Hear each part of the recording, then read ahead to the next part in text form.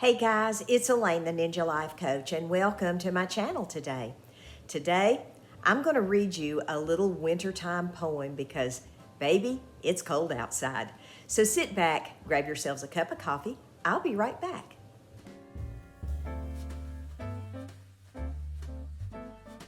Hey everybody, I'm back.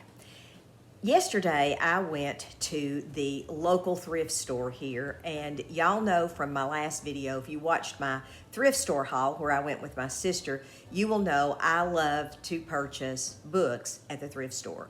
And this is one of my bookshelves that I have here, and my books are probably one of my very most prized possessions. And I love books that have lovely illustrations in them and lovely words. I just love to read things like that. I sit in my little nook over here sometimes and I prop my feet up and I just, I'll read or I'll just look through some of my picture books. Well, yesterday I was very fortunate enough to find this book, A Child's Garden of Verses, illustrated by Thomas Kincaid and featuring Robert Louis Stevenson.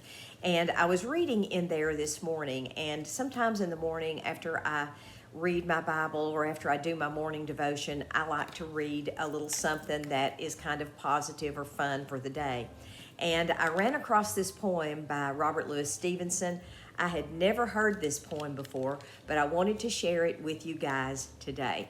And it's a poem called Wintertime. Now, this channel is not going to be reduced to reading poetry, but this was a real blessing to me today. And I thought, in light of the weather and the Stormageddon that's coming, this may be something that you all might enjoy. And people just don't talk this way anymore. The words are just simply wonderful and they're lovely.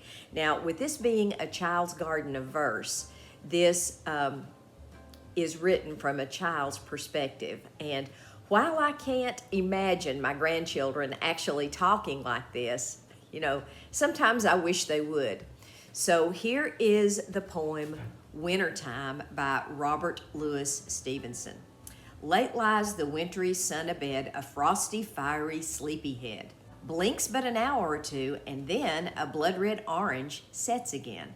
Before the stars have left the sky, at morning in the dark I rise, and shivering in my nakedness, by the cold candle bathe and dress, close by the jolly fire I sit, to warm my frozen bones a bit, or with a reindeer sled explore the colder countries round the door. When to go out, my nurse doth wrap me in my comforter and cap. The cold wind burns my face and blows its frosty pepper up my nose. I love that line. Black are my steps on silver sod, thick blows my frosty breath abroad, and tree and house and hill and lake are frosted like a wedding cake. Robert Louis Stevenson, in this particular poem, actually made me feel like I was a child again, and looking out my back door and looking at the frosty countryside in the winter when we had a snow day. I know here in Tennessee where I live, we used to have a lot more snow than we do now. And it's going to be very, very cold this coming weekend. It just reminded me so much of my childhood, and I just wanted to share that with you. Christmas is coming up this weekend, and I wanted to take another opportunity to wish you guys a very Merry Christmas, and may God bless and keep you in all your ways. God bless you guys. Maranatha, folks. I love you all. Bye-bye.